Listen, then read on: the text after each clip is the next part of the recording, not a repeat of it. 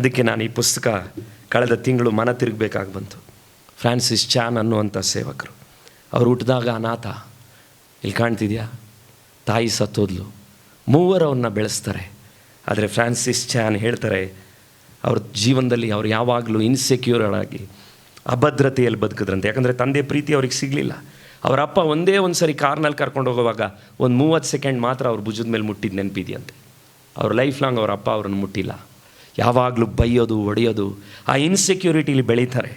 ಆದರೆ ದೇವರು ಅವರನ್ನು ಸಂಧಿಸ್ತಾರೆ. ನಿಮಗೆ ಗೊತ್ತಾ, ಫ್ರಾನ್ಸಿಸ್ ಚಾನ್ ಈ ಬುಕ್ಕಲ್ಲಿ ಏನು ಹೇಳ್ತಾರೆ ಅಂತ? ಪ್ರಾರಂಭದಲ್ಲಿ ದೇವರನ್ನು ಸವಿದವನು ಈಗ ದೇವರಿಗಾಗಿ ಮಾಡೋದರಲ್ಲಿ ಭಾಳ ಬ್ಯುಸಿ ಆಗಿಬಿಟ್ಟಿದ್ದಾನಂತೆ. ಸ್ಟಾರ್ಟಿಂಗಲ್ಲಿ ದೇವರ ಹತ್ರ ಬಂದಾಗ ಹೆಂಗೆ ಮಾಡಿದ್ವಿ? ದೇವರ ಹತ್ರ ಕಳೆದ್ವಿ, ಪ್ರೇಯರ್ ಮಾಡಿದ್ವಿ. ಅವತ್ತೇನೂ ಅಜೆಂಡಾ ಇರಲಿಲ್ಲ. ದೇವರ ಹತ್ರ ರಕ್ಷಣೆ ಹೊಂದಿದ್ದ ದಿನದಲ್ಲಿ ನಿಮ್ಗೇನಾದರೂ ಅಜೆಂಡಾ ಆಯಿತಾ? ಇವಾಗ ಬಂದುಬಿಟ್ಟಿದೆ ಸೇವೆ, ಬಿಸ್ನೆಸ್, ಮಕ್ಕಳು, ಅವು ಇವು. ರಕ್ಷಣೆ ಹೊಂದಾಗ ಹೆಂಗಿದ್ರಿ? ನಾನು ಹೆಂಗಿದ್ದೆ ರಕ್ಷಣೆ ಹೊಂದಾಗ? ಏನು ಬೇರೆ ಯಾವುದೂ ಇರಲಿಲ್ಲ. ಪ್ರೇಯರ್ ಲಿಸ್ಟ್, ದೇವರನ್ನು ಸವಿಯೋದು, ಪ್ರಾರ್ಥನೆ ಮಾಡೋದು. ಅವ್ರು ಎಷ್ಟು ಚೆನ್ನಾಗಿ ಹೇಳ್ತಾರೆ ಅಂದರೆ, ಈ ಬುಕ್ಕು ನನ್ನನ್ನು ಕಳೆದ 1 ತಿಂಗಳಿಂದ ಎಚ್ಚರಿಸ್ತಾ ಇದೆ. ಅದನ್ನು ನಾನು ನಿಮ್ಗೆ ಹೇಳ್ಕೊಡ್ತಾ ಇದ್ದೀನಿ. ಅವ್ರು ಹೇಳ್ತಾರೆ, ಇವತ್ತು ಸೇವೆ ಹೊರೆಯಾಗಿದೆ, ಕೆಲವರಿಗೆ ನಿರ್ಬಂಧವಾಗಿದೆ. ಬಾಳಲಿ ಹೋಗೋವರೆಗೂ ದೇವರಿಗಾಗಿ ಮಾಡಿ ಮಾಡಿ ಮಾಡಿ ದೇವರನ್ನು ಮೆಚ್ಚಿಸುವಂಥ ಸರ್ಕಸ್ನಲ್ಲಿದ್ದೀವಿ ಅಂತೆ ನಾವು. ಕೆಲವರೆಲ್ಲ ಏನು ಯೋಚನೆ ಮಾಡಿದ್ದೀರಾ? 2026ರಲ್ಲಿ ಮುಂದಿನ ವರ್ಷದಲ್ಲಿ ನಾನು ಇಷ್ಟೆಲ್ಲ ಕಾಣಿಕೆಗಳನ್ನ ಕೊಟ್ಟುಬಿಡ್ಬೇಕು, ಹಿಂಗೆಲ್ಲ ಮಾಡಿಬಿಡ್ಬೇಕು, ಅವರೆಲ್ಲ ಮಾಡಿದಾಗ ನಾನು ಹಿಂಗೆ ಮಾಡಬೇಕು. ಆ ಸರ್ಕಸ್ಗಳನ್ನು ಮಾಡೋದ್ರಿಂದ ದೇವರು ಏನು ಮಾಡಲ್ವಂತೆ? ಸಂತೋಷಿಸಲ್ಲ. ಕೆಲವರು ಆ ರೀತಿ ಸೇವೆಗಳನ್ನ ದೊಡ್ಡದಾಗಿ ಮಾಡಿ ತಾವು ರಕ್ಷಣೆ ಹೊಂದಿ ಪರಲೋಕಕ್ಕೆ ಹೋಗ್ತೀವಿ ಅನ್ನೋ ಕೂಡ ಅವರಿಗೆ ಡೌಟ್ ಆಗಿದೆಯಂತೆ. ಎಲ್ಲ ಮಾಡ್ತಿದ್ದಾರೆ, ಆದರೆ ತಮ್ಮ ರಕ್ಷಣೆಯೇ ಅವ್ರಿಗೇನಾಗಿದೆಯಂತೆ? ಸಂದೇಹ ಆಗಿದೆ. ಸಾಕಷ್ಟು ಮಾಡಿದ್ದೇವೆ ಅನ್ನುವಂಥ ಹೋರಾಟದಲ್ಲಿ ಕೆಲವರಿದ್ದಾರೆ. ಆದರೆ 2026ರಲ್ಲಿ ನೀವು ಒಂದು ಮಾಡಬೇಕೇನು ಗೊತ್ತಾ? ಸರಳವಾಗಿ ದೇವರನ್ನು ಮೆಚ್ಚಿಸುವುದಕ್ಕೆ ಪ್ರಯತ್ನಿಸಬೇಕು. ಅದೇಗೆ ಸರಳವಾಗಿ ದೇವರು ಹೇಗೆ ಮೆಚ್ತಾನೆ? ಗಮನ ಇಟ್ಟು ಕೇಳ್ರಿ. ನಾನು ಎಲ್ಲ ಕಡೆ ಸೇವೆ ಮುಗಿಸಿ ಬರುವಾಗ ಒಂದೇ ಒಂದು ನಿಮಿಷ ಗಮನಿಸ್ರಿ. ಮುಗಿಸಿ ನಾನು ಮನೆಗೆ ಬಂದಾಗ ನಾನು ಟಯರ್ಡಾಗಿ ಬಂದಿರ್ತೀನಿ. ಆದರೆ ಬಂದಾಗ ನನ್ನ 2 ಮಕ್ಕಳು ಮಲಗಿರ್ತಾರೆ. ನಾನು ಜಸ್ಟ್ ನನ್ನ ಮಕ್ಕಳನ್ನ ನೋಡ್ತೀನಿ ಅಷ್ಟೇ. ಆ ನೋಡಿದ ಸಮಯದಲ್ಲೇ ನನ್ನ ಹೃದಯದ ಟೆನ್ಷನ್ಗಳೆಲ್ಲ ತೀರುತ್ತೆ. ಎರಡನೇದಾಗಿ ನನ್ನ ಮಗಳು ನಿವಿಗೆ ದೇವರೇ ಇಟ್ಟಿರುವಂಥ ಚುಕ್ಕೆ ಇದೆ ನೋಡಿ, ಅವಳು ಮುಗ್ಧವಾಗಿ ಮಲಗಿರ್ತಾಳೆ. ಅವಳನ್ನು ನೋಡಿ, ಜಸ್ಟ್ ನೋಡಿನೇ, ಅವಳೇನು ಮಾರ್ಕ್ಸ್ ತೊಗೊಂಡಿಲ್ಲ, ದೊಡ್ಡ ಡ್ಯಾನ್ಸರ್ ಏನಾಗಿಲ್ಲ, ಜಸ್ಟ್ ಅವಳನ್ನು ನೋಡಿನೇ ನಾನು ಸಂತೋಷಿಸ್ತೀನಿ. ನಿಮಗೆ ಗೊತ್ತಾ, ಫ್ರಾನ್ಸಿಸ್ ಚಾನ್ ಹೇಳ್ತಾರೆ, ದೇವರು ಆ ರೀತಿ ತಂದೆಯಾಗಿ ನಮ್ಮಲ್ಲಿ ಸಂತೋಷಿಸ್ಲಿಕ್ಕೆ ಬಯಸ್ತಾನೆ. ಜಸ್ಟ್ ನಮ್ಮನ್ನು ನೋಡಿ ನಾವು ಆತನ ಜೊತೆ ಕುಳಿತುಕೊಳ್ಳೋದನ್ನೇ ದೇವರು ಏನು ಮಾಡ್ತಾನಂತೆ? ಬಯಸ್ತಾನೆ. ಆ ತಂದೆಯ ಮಡಿಲಲ್ಲಿ ಹೋಗಿ ಕುಳಿತುಕೊಂಡು ಸೈಲೆಂಟಾಗಿ, ದೇವರೇ ನನಗೆ ನೀನು ಬೇಕು. ದೇವರು ಹೇಳ್ತಾನೆ, ನೀನು ನನ್ನ ಜೊತೆ ಕಳೀಬೇಕು. ಆ ತಂದೆ ಮಗುವಿನ ಬಾಂಧವ್ಯದಲ್ಲೇ ದೇವರಿಗೆ ಹೆಚ್ಚು ಸಂತೋಷ ಇದೆ. ಹಾಗಿದ್ರೆ ನಮ್ಮ ಪ್ರಖ್ಯಾತಿಗಳಿಂದ ನಾವು ಬಿಡುಗಡೆ ಆಗಬೇಕು. ಆತನನ್ನು ಮೆಚ್ಚಿಸುವಂಥ ಪ್ರಯಾಸದಲ್ಲಿ ನಾವು ಎಷ್ಟು ಅದು ಮಾಡೋದು ಒಳ್ಳೆಯದೇ ಸೇವೆಗಳನ್ನು. ಆದರೆ ಅವರು ಹೇಳ್ತಾರೆ, ಆತನ ಪ್ರೀತಿಯಲ್ಲಿ ಮುಳುಗುವುದನ್ನು ನಾವು ಕಲಿಯಬೇಕು. ಹೇಗೆ ಒಬ್ಬ ತಂದೆ ಮಗು ಏನು ಮಾಡದೇ ಇದ್ದರೂ ಆ ಮಗುವಲ್ಲಿ ಆನಂದಿಸ್ತಾನೋ, ಅದನ್ನು ನೀವು ಬಯಸಬೇಕು. ಹಾಗಾದರೆ this is not trying order. ಆದಷ್ಟು ಹೆಚ್ಚು ಮಾಡೋದು ಮಾತ್ರ ಅಲ್ಲ, it is about believing deeper. ಅಂದರೆ ಆಳವಾಗಿ ನಂಬೋದ್ರಿಂದ ದೇವರು ಮೆಚ್ತಾನಂತೆ. ಆಳವಾಗಿ ಆತನಿಗಾಗಿ ಮಾಡೋದು ಮಾತ್ರ ಅಲ್ಲ, ಏನದು? ಆಳವಾಗಿ ಆತನನ್ನು ನಂಬುವುದು. ನಿಮ್ಮಲ್ಲಿ ಕೆಲವು ಸಾರಿ ನಾನು ಯಾರನ್ನಾದರೂ ನಂಬಲಿಲ್ಲ ಅಂದರೆ ನಿಮ್ಗೆ ಎಷ್ಟು ನೋವಾಗುತ್ತೆ. ನಾನು ಓದ್ತಾ ಇದ್ದೆ, ದೆವ್ವಗಳು ನಮಗೇನಾಗುತ್ತೆ? ಅಧೀನವಾಗುತ್ತೆ ಅಂತ ನೀವೇನು ಮಾಡಬೇಡ್ರಿ, ಸಂತೋಷ ಪಡಬೇಡ್ರಿ. ಯೇಸು ಸ್ವಾಮಿ ಹೇಳಿದ್ದು ಏನು? ನೆಕ್ಸ್ಟ್ ಏನು? ನಿಮ್ಮ ಹೆಸರು ಜೀವಬಾಧ್ಯರ ಪಟ್ಟಿಯಲ್ಲಿ ಬರೆದಿದೆ ಅಂತ ನೀವೇನು ಮಾಡ್ರಿ? ಸಂತೋಷ ಪಡ್ರಿ. ನಾವಿವತ್ತು ಇಷ್ಟೊತ್ತು ಸಾಕ್ಷಿ ಹೇಳಿದ್ವಿ, ಪಾಸ್ಟ್ರು ಅಥವಾ ಸೇವಕರು ಅವ್ರು ಪ್ರೇಯರ್ ಮಾಡಿದೆ, ನಾನು ಪ್ರೇಯರ್ ಮಾಡಿದೆ. ದೇವರೇನು ಹೇಳಿದ್ನು ಗೊತ್ತಾ? ದೆವ್ವಗಳು ಓಡಿದ್ದಕ್ಕೆ, ಅದ್ಭುತಗಳಾಗಿದ್ದಕ್ಕೆಲ್ಲ ನಾನು ಸಂತೋಷ ಪಡಲ್ಲ. ನೀವು ಸಂತೋಷ ಪಡಬೇಡ್ರಿ. ಯಾವುದಕ್ಕೆ ಸಂತೋಷ ಪಡ್ರಿ? ನಿಮ್ಮ ಹೆಸರು ಜೀವಬಾಧ್ಯರ ಪಟ್ಟಿಯಲ್ಲಿ. ಅದಕ್ಕೋಸ್ಕರ ನೀವೇನು ಮಾಡಬೇಕು? ಸಂತೋಷ ಪಡಬೇಕು. ಹಾಗಿದ್ರೆ ಪಕ್ಕದಲ್ಲಿರೋರ್ಗೆ ಹೇಳಿ ಹೇಳ್ತೀನಿ, ಸೇವೆ ಮಾಡುವ ಎಲ್ಲರ ಹೆಸರು ಅಲ್ಲಿಲ್ಲ. ಸಂಬಂಧ ಬೆಳೆಸುವಂತಹ ವ್ಯಕ್ತಿಗಳ ಹೆಸರುಗಳು ಅಲ್ಲಿದೆ. ಸೇವೆ ಮಾಡೋರು ಎಲ್ಲರೂ ಅಷ್ಟೇ. ಇವಾಗ ನಾನು ಯೂಟ್ಯೂಬಲ್ಲಿ ಮಾತಾಡ್ತೀನಿ ಅನ್ನೋದ್ರಿಂದ ನನ್ನ ಹೆಸರು ಅಲ್ಲಿದೆ ಅಂತ ಹೇಳೋದು ನಿಶ್ಚಯ ಇಲ್ಲವೇ ಇಲ್ಲ. ಈಗ ಇಷ್ಟೊಂದು ಮುಂಚೆ ಹೇಳಿದ್ನಲ್ಲ 500 ಜನ ನೋಡ್ತಾರೆ, ಅದು ಗ್ಯಾರಂಟಿ ಅಲ್ಲ. ಹೌದು, ಅದು ಗ್ಯಾರಂಟಿ ಅಲ್ಲ. ಈ 3 ದಿನಗಳ ಮಧ್ಯದಲ್ಲಿ ನಾನು ಈ ವಾಕ್ಯಗಳಿಗೆ ನನ್ನನ್ನು ಕೂಡ ನಾನು ಈ ವಾಕ್ಯಗಳನ್ನ ಪ್ರಸಂಗ ಮಾಡುವಾಗ ನನಗೆ ಪೊನ್ರಾಜ್ ಅಂಕಲ್ ಅದಕ್ಕೆ ಭಾಳ ಇನ್ಸ್ಪಿರೇಷನ್. ಯಾಕೆ ಗೊತ್ತಾ, ಪೊನ್ರಾಜ್ ಅಂಕಲ್ ಒಂದು ಸಲ ಪ್ರಸಂಗ ಮಾಡ್ತಾಯಿದ್ರು. ಅವ್ರು ಪ್ರಸಂಗ ಮಾಡುವಾಗ ನೀವೆಲ್ಲ ಇವತ್ತು ಮಲಗ್ತಿದ್ದೀರಾ, ಪಾಪ ಇಷ್ಟು ದಿವಸ ಮಲಗಿಲ್ಲ, ನಾನು ನೋಡಿದ್ದೀನಿ. ಪೊನ್ರಾಜ್ ಅಂಕಲ್ ಮೆಸೇಜ್ 3 ಅವರ್, ಅವ್ರ ಹೆಂಡ್ತಿನೇ 2 ಸರಿ ಎದ್ದಿರೋರು. ಒಂದು ಸರಿ ಪೊನ್ರಾಜ್ ಅಂಕಲ್ ಪ್ರಸಂಗ ಮಾಡ್ತಾಯಿದ್ರು, ನನ್ನ ಕೈಲಿ ಟ್ರಾನ್ಸ್ಲೇಟ್ ಮಾಡೋಕ್ಕಾಗ್ತಾಯಿಲ್ಲ. 2.5 ಅವರ್ ಏನು ರೀ ಪ್ರಸಂಗ, ಏಸು ಬಲ ಏಸು ಭಯಂಕರ ಫೈರೇ. ಆದರೆ ಒಂದು ದಿವಸ ಅವ್ರ ಪ್ರಸಂಗ ಎಲ್ಲ ಮಾಡಿಬಿಟ್ಟು ಕೆಳಗಡೆ ಬಂದು ಇಳಿದಾಗ ಅವ್ರು ಬೇಜಾರಾಗಿ ಒಂದು ಸರಿ ನನಗೆ ಹೇಳಿದ್ರು, ತಂಬಿ ನಾನು ಪ್ರಸಂಗ ಮಾಡಿದ್ರೆ ಯಾವನು ನೋಟ್ಸ್ ತಗೊಳ್ಳೋದೇ ಇಲ್ಲ, ಭಾಳ ಬೇಜಾರು ನನಗೆ ಅಂದರು. ನಿಮಗೆ ಗೊತ್ತಾ, ಪೊನ್ರಾಜ್ ಅಂಕಲ್ ರೂಮ್ಗೆ ಹೋಗಿ ಪ್ರೇಯರ್ ಮಾಡುವಾಗ ದೇವರು ಒಂದು ದರ್ಶನ ಕೊಟ್ರಂತೆ. ಆ ದರ್ಶನದಲ್ಲಿ ದೇವರು ತೋರಿಸಿದ್ದು ದೇವದೂತ ಪೊನ್ರಾಜ್ ಅಂಕಲ್ ಬರೆಯೋದನ್ನ ಗೋಡೆಯಲ್ಲಿ ಕೆತ್ತುತ್ತಾ ಇದ್ದಂತೆ. ಪೊನ್ರಾಜ್ ಅಂಕಲ್ ನನಗೆ ಹೇಳಿದ್ರು, ತಂಬಿ ನಾವು ಈ ಥರ ಪ್ರಸಂಗ ಮಾಡಬೇಕು, ನಮ್ಮ ಪ್ರಸಂಗ ಅವ್ನು ನಿದ್ದೆ ಮಾಡಿದ್ರು ಪರವಾಗಿಲ್ಲ, ದೇವದೂತ ಬರಿಬೇಕು. ಅಲ್ಲೆಲ್ಲಯ್ಯ, ಅದಕ್ಕೆ ನಾನು ಪ್ರಸಂಗ ಮಾಡ್ತಾ ಇರೋದೀಗ. ಹೌದು, ನಿಜವಾಗ್ಲೂ ಹೇಳ್ತಾ ಇದ್ದೀನಿ. ಯಾಕಂದರೆ ನನ್ನ ಪ್ರಸಂಗ ದೇವದೂತ ಬರೀತಾನೆ ನನಗೆ ನಿಶ್ಚಯ ಇಲ್ಲವೇ ಇಲ್ಲ. ಆದರೆ ಒಂದಂತೂ ತಾಳ್ಮೆಯಿಂದ ಹೇಳ್ತಾ ಇದ್ದೀನಿ, ಅಂಥ ದೇವರ ಮನುಷ್ಯರುಗಳ ಥರ ನಾನು 5 ಪೈಸಕ್ಕೂ ಲಾಯಕ್ಕಿಲ್ಲ. ಆದರೆ ಒಂದನ್ನು ನಾನು ನಿಮ್ಮ ಹತ್ರ ಪ್ರೀತಿಯಿಂದ ಕೇಳ್ಕೊಳ್ತಾ ಇದ್ದೀನಿ, ನೀವು ಯಾರಾದರೂ ಮುಂದಿನ ದಿನಗಳಲ್ಲಿ ಸೇವೆ ಮಾಡಲಿಕ್ಕೆ ನಿಮ್ಗೆ ಆಸಕ್ತಿ ಇದ್ದರೆ, ಅಥವಾ ದೇವರಿಗಾಗಿ ಏನಾದರೂ ಕೊಡಲಿಕ್ಕೆ ಆಸಕ್ತಿ ಇದ್ದರೆ, ದೇವರಿಗೋಸ್ಕರ ಏನಾದರೂ ಮಾಡಲಿಕ್ಕೆ ಆಸಕ್ತಿ ಇದ್ದರೆ, 2026ರಲ್ಲಿ ನಿಮ್ಮ ಆತ್ಮ ಉಜ್ಜೀವಿಸಬೇಕಾ, ನೀವು ಮಾಡಬೇಕಾಗಿರೋ ಮೊದಲನೇ ಕಾರ್ಯ, ನಿಮ್ಮ ಜೀವಿತದಿಂದ ದೇವರ ಮುಖಕ್ಕೆ ಒಂದು ನಗು ಬರಬೇಕು.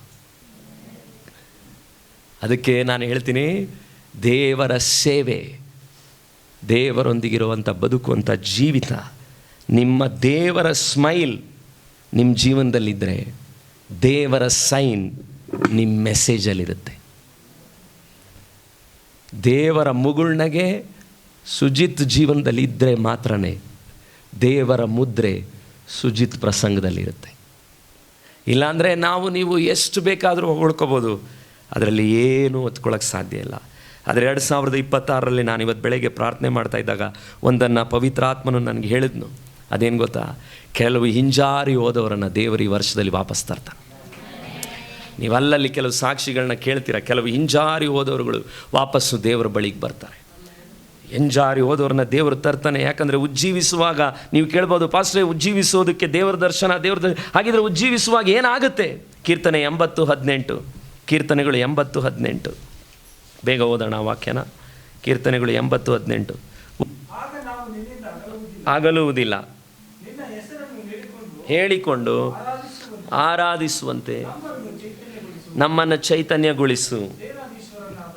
ಸ್ನೇಹಾಧೀಶ್ವರನಾದ ಯೆಹೋವ ದೇವರೇ, ನಮ್ಮನ್ನು ತಿರುಗಿ ಉನ್ನತ ಸ್ಥಿತಿಗೇರಿಸು, ಪ್ರಸನ್ನ ಮುಖದಿಂದ ನೋಡು, ಆಗ ಏನಾಗುವೆವು? ಉದ್ಧಾರವಾಗುವೆವು. ದೇವರು ನಿಮ್ಮನ್ನು ಉಜ್ಜೀವಿಸಿದ್ರೆ ಏನಾಗುತ್ತೆ ಗೊತ್ತಾ? ಈಗ ಒಂದು ಸ್ವಲ್ಪ ಮಲಗಲ್ಲ, ನೀವೆಲ್ಲರೂ ಉದ್ಧಾರ ಆಗ್ತೀರಾ. ವಾಕ್ಯ ಹೇಳುತ್ತೆ ಉದ್ಧಾರ ಇದೆ. ದೇವರು ಒಬ್ಬರನ್ನ ಉಜ್ಜೀವಿಸಿದ್ರೆ ಏನಾಗುತ್ತೆ? ಉದ್ಧಾರ ಆಗ್ತಾರೆ. ಒಂದು ಸಾಕ್ಷಿ ನಾನು ಕೇಳಿದೆ. ಒಬ್ಬ ಹುಡುಗ ಬೈಬಲ್ ಕಾಲೇಜಿಗೆ ಬಂದ. ಆ ಕಾಲೇಜ್ನಲ್ಲಿ ಹುಡುಗರುಗಳೆಲ್ಲ ಬೇರೆ ಥರ ಇದ್ದರು. ಆ ಹುಡುಗ ಬೈಬಲ್ ಕಾಲೇಜಲ್ಲಿ ಪ್ರಿನ್ಸಿಪಲ್ ಜೊತೆಗೆ ಇಟ್ಕೊಳ್ಳೋಕೆ ಕರ್ಕೊಂಬಂದ್ರಂತೆ, ಟೀ ಕೊಡೋಕ್ಕೆ ಎಲ್ಲ. ಆದರೆ ಅವನೊಂದು 2-3 ದಿವಸ ಆದಮೇಲೆ ಆ ಹುಡುಗ ದಿಢೀರಂತ ಒಂದು ದಿವಸ ಅವ್ರನ್ನ ಮತ್ತೆ ಕರೀತಾರೆ. ಎಲ್ಲರ ಮುಂದೆ ಹೇಳ್ತಾರೆ, ಇವತ್ತು ಯಾರು ಕ್ಲೀನ್ ಮಾಡಿದ್ದು ಅಂತ ಕೇಳಿದ್ರಂತೆ. ಸ್ಟೂಡೆಂಟ್ಸ್ಗಳೆಲ್ಲ ಹೇಳಿದ್ರಂತೆ, ಒಬ್ಬೊಬ್ಬರು ಒಂದೊಂದು ದಿವಸ ಕ್ಲೀನ್ ಮಾಡಬೇಕು. ಆದರೆ ಅವ್ರು ಹೇಳಿದ್ರಂತೆ, ನಾವು ಮಾಡಲಿಲ್ಲ ಸರ್, ನೀವು ಕರ್ಕೊಂಬಂದ್ರಲ್ಲ ಆ ಹುಡುಗನೇ ಮಾಡಿದ್ದು. ಅವಾಗ ಅವನ್ನ ಕರೆದ್ರು. ಯಾಕೆ ಗೊತ್ತಾ? ಅವನು ಎಲ್ಲರೂ ಕ್ಲೀನ್ ಮಾಡೋ ಥರ ಮಾಡಿರಲಿಲ್ಲ. ಅವನು ಟೇಬಲ್ ಕೆಳಗಡೆ, ಕಂಪ್ಯೂಟರ್ ಪ್ರತಿಯೊಂದನ್ನು ಕ್ಲೀನಾಗಿ ಮಾಡಿದ್ದಂತೆ. ಅವನು ಇಷ್ಟು ಕ್ಲೀನಾಗಿ ಮಾಡಿದ್ದ, ಆ ಪ್ರಿನ್ಸಿಪಲಿಗೆ ಸಖತ್ ಖುಷಿ ಆಗಿಬಿಡ್ತಂತೆ. ಕತೆ ಎಲ್ಲ ನಾನು ಹೇಳ್ತಾ ಇರೋದು, ಗಮನ ಇಟ್ಟು ಕೇಳ್ರಿ, ಇದೊಂದು ಟರ್ನಿಂಗ್ ಪಾಯಿಂಟ್ ಇದೆ. ಆ ವ್ಯಕ್ತಿ, ಆ ಪ್ರಿನ್ಸಿಪಲ್, ಕಾಲೇಜ್ ಪ್ರಿನ್ಸಿಪಲ್ ಅವನನ್ನು, ನೀನು ಇಲ್ಲಿ ಆಫೀಸಲ್ಲಿ, ಇಲ್ಲಿ ಆ ರೂಮಲ್ಲಿ, ಹಾಸ್ಟೆಲಲ್ಲಿ ಇರಬೇಡ, ನಮ್ಮ ಮನೆ ಹತ್ರ ಒಂದು ರೂಮ್ ಇದೆ, ಅಲ್ಲಿಗೆ ಬಾ ಅಂದರು. ಅವನ ಜೊತೆಗಿಟ್ಕೊಂಡ್ರು. ಅವನು ಅಡುಗೆ ಮಾಡೋದು, ಕಿಚನ್ ಕ್ಲೀನ್ ಮಾಡೋದು ಎಲ್ಲ ಮಾಡ್ದ. 1-1.5 ವರ್ಷ ಆದಮೇಲೆ ಅವನ್ನ ಕೇಳಿದ್ರು, ನೀನೇನು ಓದಿದ್ಯಾ ಅಂದರು. ಸರ್, ನಂಗೆ ತುಂಬ ಓದೋಕ್ಕಿಷ್ಟ, ನಮ್ಮ ಮನೇಲಿ ತುಂಬ ಕಷ್ಟ ಆಗಿತ್ತು, 9th ಮಾಡಿದ್ದೀನಿ ಅಂದರು. ಎಕ್ಸಾಮ್ ಬರೀತೀಯಾ? 10th ಬರೆಸ್ತೀನಿ. ಬರ್ದ, 10th ಪಾಸ್ ಆದ. ನೆಕ್ಸ್ಟು ಅಲ್ಲೇ ಕಾಲೇಜ್ನಲ್ಲಿ ಅಟೆಂಡ್ ಮಾಡ್ತಾ ವಾಕ್ಯದಲ್ಲಿ ಅವನೊಂದು ಸ್ವಲ್ಪ ಬೆಳೆದ. DTH ಡಿಪ್ಲೊಮಾ ಇನ್ ಥಿಯಾಲಜಿ ಮಾಡ್ದ. ಗಮನಿಸ್ರಿ, ಕತೆ ಹೇಳ್ತಾ ಇಲ್ಲ ನಾನು. BTH ಮಾಡ್ದ, ಬ್ಯಾಚುಲರ್ ಆಫ್ ಥಿಯಾಲಜಿ. ಅಷ್ಟೇ ನಿಮ್ಮ ಪಾಸ್ಟ್ರು ಮಾಡಿದ್ದು. ಆದರೆ ಅವನು MDU ಮಾಡ್ದ, ಮಾಸ್ಟರ್ ಇನ್ ಡಿವಿನಿಟಿ. MTH ಮಾಡ್ದ. ಶಾರ್ಟ್ ಫಾರ್ಮಾಗಿ ಹೇಳೋ ಸಾಕ್ಷಿ ಏನು ಗೊತ್ತಾ? ಇವತ್ತು ಆ ವ್ಯಕ್ತಿ ಅಮೇರಿಕಾದಲ್ಲಿ ಬೈಬಲ್ ಕಾಲೇಜಿನ ಒಬ್ಬ ಪ್ರೊಫೆಸರ್. ನಡೆದಿದ್ದೇನು? ಪ್ರಿನ್ಸಿಪಲ್ ಮುಖದಲ್ಲಿ ಅವನಿಗೊಂದು ದಯೆ ಸಿಕ್ತು, ಬರೀ ಕ್ಲೀನ್ನ ಚೆನ್ನಾಗಿ ಮಾಡಿದ್ದಕ್ಕೆ ಮಾತ್ರ. ಅವ್ರು ಹೇಳಿದ ಸಾಕ್ಷಿ ನಾನು ಕೇಳಿದ್ದು. I just did only the cleaning properly when I was 16. ನನಗೆ 16 ವಯಸ್ಸಿದ್ದಾಗ. ಆದರೆ I found the favour with principal. ನನಗೆ ಆ ವ್ಯಕ್ತಿಯಿಂದ ಒಂದು ದಯೆ ಸಿಕ್ತು. ನಾನು ನಿಮ್ಗೆ ಹೇಳ್ತಾ ಇದ್ದೆ, ನಿಮ್ಮ ಆತ್ಮಗಳು ಉಜ್ಜೀವಿಸುವಾಗ ನಿಮಗೇನು ಸಿಗುತ್ತೆ? ದಯೆ ಸಿಗುತ್ತೆ. ದೇವರ ದಯೆ ನಿಮಗೆ ಸಿಕ್ಕರೆ ನೀವು ಉದ್ಧಾರವಾಗ್ತೀರ. ಅದಕ್ಕೆ ನಾನು ಇದನ್ನು ಭಾರದಿಂದ ಈ ಮೆಸೇಜ್ ಪ್ರಿಪೇರ್ ಮಾಡಿರೋದು. ನೀವೆಲ್ಲರೂ ಮುಂದಿನ ವರ್ಷದಲ್ಲಿ ಉದ್ಧಾರವಾಗಬೇಕು. ಹಲ್ಲೆಲೂಯಾ. ನೀವೆಲ್ಲರೂ ಉದ್ಧಾರವಾಗಬೇಕು. ಯಾಕಂದರೆ ಆತನ ಮುಖದಲ್ಲಿ ಉದ್ಧಾರ ಇದೆ. ದಾವೀದನ ಜೀವಿತದಲ್ಲಿ ಬಹಳಷ್ಟು ಶತ್ರುಗಳು ಬಂದರು, ಬಹಳ ಸೋತು ಹೋಗ್ಬಿಟ್ಟ, ನಿರಾಶೆ ಆಗಿತ್ತು ಅವನಿಗೆ. ಆದರೆ ಕೀರ್ತನೆ 41:10 ವಾಕ್ಯ ಹೇಳುತ್ತೆ, ಯೆಹೋವನೇ ನೀನಾದರೂ ಕರುಣಿಸಿ ನನ್ನನ್ನು ಏಳ ಮಾಡು. ಓದೋಣ, ಕೀರ್ತನೆ 41:10. ಯೆಹೋವನೇ ನೀನಾದರೂ ಕರುಣಿಸಿ ನನ್ನನ್ನು ಏಳ ಮಾಡು. ಏನು ಹೇಳ್ತಾನೆ? 12ನೇ ವಾಕ್ಯದಲ್ಲಿ ಹೇಳ್ತಾನೆ, ನಿರ್ದೋಷಿಯಾದ ನನ್ನನ್ನಾದರೂ ನೀನು ಉದ್ಧಾರ ಮಾಡಿ ನಿನ್ನ ಸನ್ನಿಧಿಯಲ್ಲಿ ಏನಾಗ್ತೀಯ? ಶಾಶ್ವತವಾಗಿ ಏನು ಮಾಡ್ತೀಯ? ನಿಲ್ಲಿಸ್ತೀಯ. ಹಾಗಿದ್ರೆ ಅವನು ಕಷ್ಟದ ಮಧ್ಯದಲ್ಲಿ ಹೇಳ್ತಾ ಇದ್ದಾನೆ, ದೇವರೇ ನೀನು ನನ್ನನ್ನು ಘನಪಡಿಸ್ತೀಯ. ದೇವರು ಒಬ್ಬನನ್ನು ಎತ್ತಲಿಕ್ಕೆ ತೀರ್ಮಾನ ಮಾಡಿದ್ರೆ ಯಾರು ತಡೆ ಮಾಡಲಿಕ್ಕೆ ಸಾಧ್ಯನೇ ಇಲ್ಲ. ನೋಡ್ರಿ, ಕೀರ್ತನೆ 119:116ನೇ ವಾಕ್ಯ ಓದ್ರಿ. ಕೀರ್ತನೆ 119:116.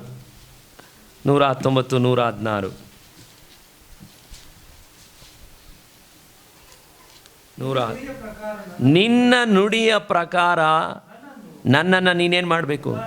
ಉದ್ಧಾರ ಮಾಡು, ಆಗ ನಾನೇನು ಮಾಡ್ತೇನೆ? ಬದುಕುವೆನು. ನೋಡ್ರಿ, ದೇವರ ನುಡಿಯ ಪ್ರಕಾರ ದೇವರು ನಮಗೇನು ಮಾಡಬೇಕು? ಒಂದು ಉದ್ಧಾರ ಮಾಡಬೇಕು.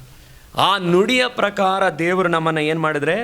ಉದ್ಧಾರ ಮಾಡಿದ್ರೆ ನಾವೇನು ಮಾಡ್ತೇವಂತೆ? ಬದುಕ್ತೇವೆ. ಬೇಕಿದ್ರೆ ಮನೇಲಿ ಬರ್ಕೊಳ್ರಿ ನೀವು. ಕೀರ್ತನೆ 75:6ನೇ ವಾಕ್ಯ ಹೇಳುತ್ತೆ, ಯಾಕಂದರೆ ಪಡವಣದಿಂದಾಗಲಿ ಮೂಡಣದಿಂದಾಗಲಿ ಒಬ್ಬನಿಗೆ ಏನು ಬರಲ್ಲ? ಉದ್ಧಾರವು ಬರುವುದಿಲ್ಲ. ದೇವರೇ ನ್ಯಾಯಾಧೀಶನಾಗಿ ಒಬ್ಬನನ್ನು ತೆಗೆದು ಏನು ಮಾಡ್ತಾನಂತೆ? ಮತ್ತೊಬ್ಬನನ್ನು ಏನು ಮಾಡ್ತಾನೆ? ಸ್ಥಾಪಿಸ್ತಾನೆ. ನೀವು ನಿಮ್ಮ ಕಂಪನಿಗಳಲ್ಲಿ, ನಿಮ್ಮ ಕೆಲಸಗಳಲ್ಲಿ ಉದ್ಧಾರ ಬರಬೇಕಾ?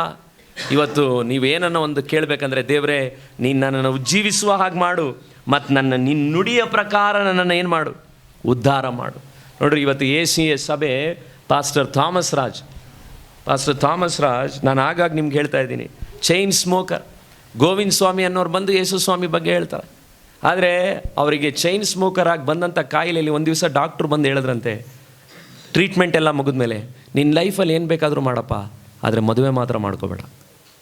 ನೀನು ಮದುವೆ ಮಾಡಿಕೊಂಡ್ರೆ ನಿನ್ನ ಫ್ಯೂಚರ್ ಸರಿ ಇರಲ್ಲ. ಥಾಮಸ್ ರಾಜ್ ನಡುಗ್ತಾರೆ. ಮೂಟೆ ಹೊತ್ತಂಥ ಕೆಲಸ ಮಾಡಿದವರು, 8ನೇ ಕ್ಲಾಸ್ ಓದಿದ್ದಷ್ಟೇ. ಸ್ಕೂಲ್ ಟೀಚರ್ ಹೇಳಿದ್ರು ಮಾತು ಕೇಳದೆ ಊರು ಬಿಟ್ಟು ಆಚೆ ಬಂದು ಚೆನ್ನೈನಲ್ಲಿ ಮೂಟೆ ಹೊತ್ತಿದ್ರು. ಆದರೆ ಅವ್ರನ್ನ ದೇವರು ರಕ್ಷಣೆ ಏನು ಮಾಡ್ತಾರೆ.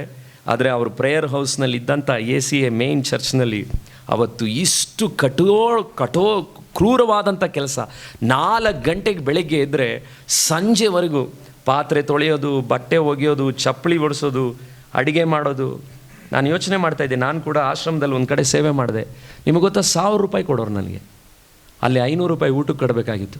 ಆದರೆ ಅಲ್ಲಿ ಎಲ್ಲ ಕೆಲಸಕ್ಕೂ ಸುಜಿತೆ. ಇವತ್ತು ನಾನು ನಿಮಗೆ ಪ್ರಸಂಗ ಮಾಡ್ತಾಯಿದ್ದೀನಿ, ಭಾಳ ಕಣ್ಣೀರಿಂದ ಹೇಳ್ತಾ ಇದ್ದೀನಿ. ನನಗೆ ಕಾಲು ನಿಂತ್ಕೊಳ್ಳೋಕೆ ಇವತ್ತು ಸಂಜೆ ಕೂಡ ಆಗದೆ ಕೆಲವ್ರನ್ನ ಒತ್ತಿಸ್ಕೊಂಡು ನಾನು ಬಂದಿದ್ದು.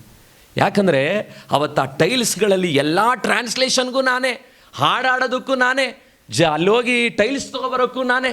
ಅವತ್ತು ಪಟ್ಟಂಥ ಕಷ್ಟಗಳೇ. ನಾನು ಯೋಚನೆ ಮಾಡ್ತಿದ್ದೆ, ಪಾಸ್ಟರ್ ಥಾಮಸ್ ರಾಜ್ ನನಗಿಂತ 100 ಪಟ್ಟು ಕಷ್ಟಪಟ್ಟಿದ್ದಾರೆ. 100 ಪಟ್ಟು ಕಷ್ಟಪಟ್ಟಂಥ ದೇವರ ಮನುಷ್ಯ. ನಿಮಗೆ ಗೊತ್ತಾ ಮದುವೆ ಆಗಿದ್ದೇನಕ್ಕೆ ಅಂತ? ಮದುವೆ ಆದರೆ ಬ್ರ್ಯಾಂಚ್ ಪಾಸ್ಟರ್ ಆಗಿ ಒಬ್ಬರನ್ನ ಮಾಡಿ ಕಳಿಸ್ಬಿಡ್ತಾರೆ. ಕಷ್ಟ ತಡ್ಕೊಳಕ್ಕಾಗದೆ ಮದುವೆ ಆಗಿಬಿಟ್ರೆ ನನ್ನ ಕಳಿಸ್ಬಿಡ್ತಾರಲ್ಲ ಅಂತ ಮದುವೆ ಆದ್ರಂತೆ.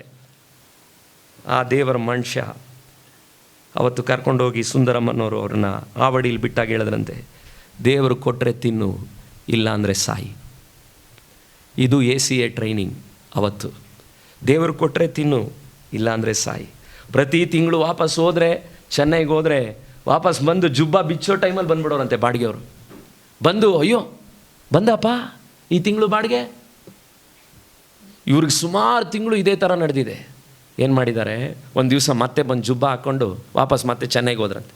ಹೋಗಿ ಪಾಸ್ಟರ್ ಸುಂದರಮ್ಮ ಹತ್ರ ಹೇಳಿದ್ರಂತೆ, ನಮ್ಮ ಬಾಡಿಗೆ ಓನರ್ಗೆ ಚೆನ್ನಾಗಿ ಗೊತ್ತು ನಾನು ಇಲ್ಲಿ ಬಂದರೆ ಬಾಡಿಗೆ ಕೊಡ್ತಾರೆ ಅಂತ. ಇದೇ ಲಾಸ್ಟು.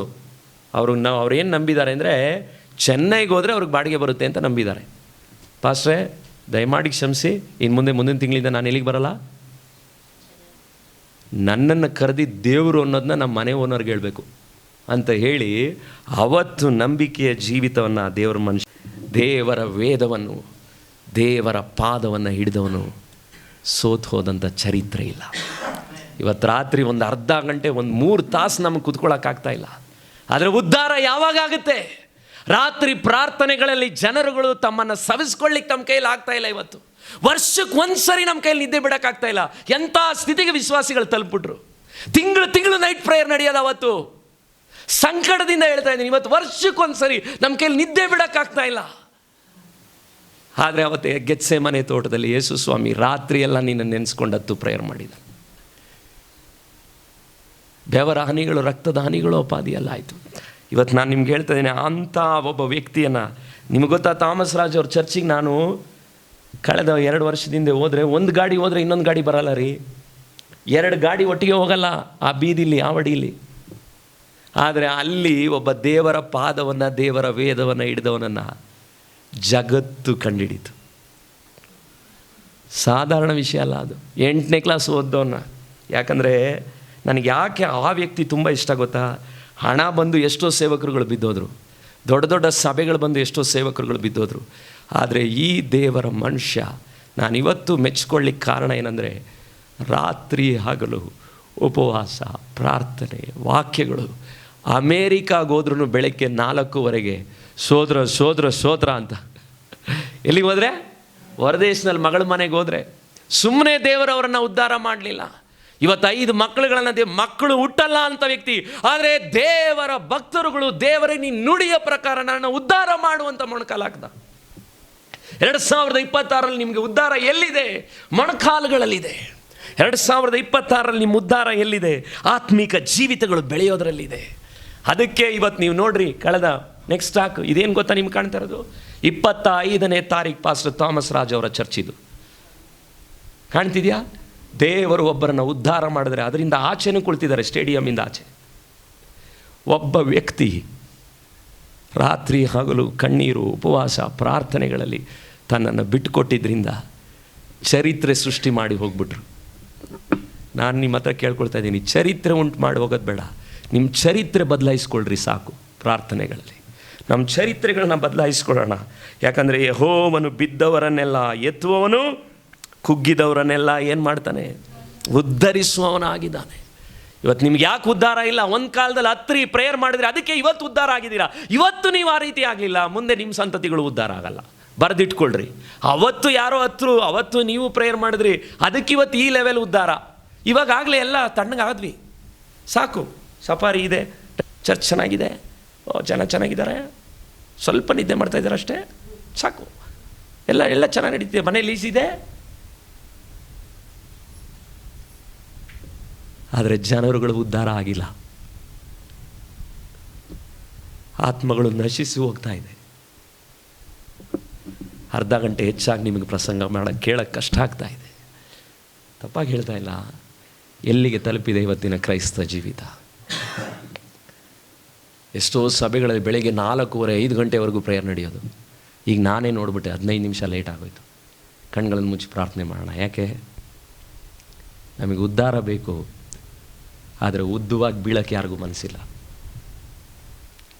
ಆದರೆ 2026ರಲ್ಲಿ ಕರ್ತನು ನಿಮ್ಮನ್ನು ಉದ್ಧಾರ ಮಾಡಬೇಕಂದ್ರೆ ನೀವು ಆತನ ಪಾದಕ್ಕೆ ಬೀಳಬೇಕು. ಕುಗ್ಗಿ ಹೋದ ನೀತಿವಂತರನ್ನು ದೇವರು ಉದ್ಧರಿಸ್ತಾರೆ. ನೀತಿವಂತ ಯಾರು? ಕಣ್ಗಳನ್ನು ಮುಚ್ಚಿ ಪ್ರಾರ್ಥನೆ ಮಾಡಿರಿ, ನಿಂತ್ಕೊಂಡು ಪ್ರಾರ್ಥನೆ ಮಾಡಿರಿ. ಒಂದು ವೇಳೆ ನಿದ್ದೆ ಬರ್ತಿದ್ರೆ ಓಡಾಡಿ ಪ್ರಾರ್ಥನೆ ಮಾಡಿರಿ. ವರ್ಷದ ಮೊದಲನೇ ದಿನವನ್ನು ನನಗೆ ಗೊತ್ತು, ನಿಮ್ಮಲ್ಲಿ ಕೆಲವರು ಪಾಪ ಕೆಲಸ ಮಾಡಿರೋದ್ರಿಂದ ಟಯರ್ಡ್ ಇದೆ, ಆದರೆ ಪವಿತ್ರ ಆತ್ಮನು ನಿಮಗೆ ಸಹಾಯ ಮಾಡ್ತಾನೆ. ದೇವರು ಉಜ್ಜೀವಿಸುವಾಗ ನೀವು ಉದ್ಧಾರವಾಗ್ತೀರ. ನೀವು ಉದ್ಧಾರವಾಗಲಿಕ್ಕೆ ನಿಮ್ಮ ಪಾಸ್ಟ್ರು ಅಳುವಾಗ ನೀವು ಯಾಕೆ ನಿಮ್ಮ ಉದ್ಧಾರಕ್ಕಾಗಿ ಅಳಬಾರ್ದು?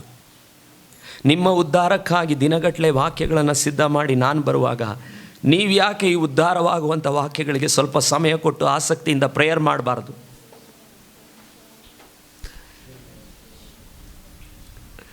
ಓ ದೇವರ ಹತ್ರ ಕೇಳೋಣ, ದೇವರೇ 2026ರಲ್ಲಿ ನಮ್ಮ ಕರ್ನಾಟಕದ ಜನರುಗಳನ್ನು ಉದ್ಧಾರ ಮಾಡಪ್ಪ, ಆತ್ಮಗಳನ್ನು ಉದ್ಧಾರ ಮಾಡು ಸ್ವಾಮಿ.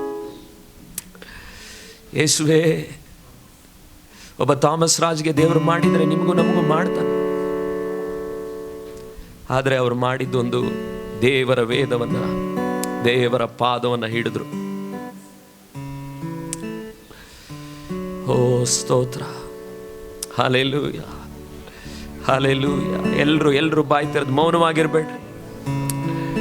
ಇದೇ ರೀತಿ ರಾತ್ರಿ ಹೊತ್ತಿನಲ್ಲಿ ಯೇಸು ಸ್ವಾಮಿ ಗೆತ್ಸೆಮನೆ ತೋಟದಲ್ಲಿ ಪ್ರೇಯರ್ ಮಾಡಿದ್ದು.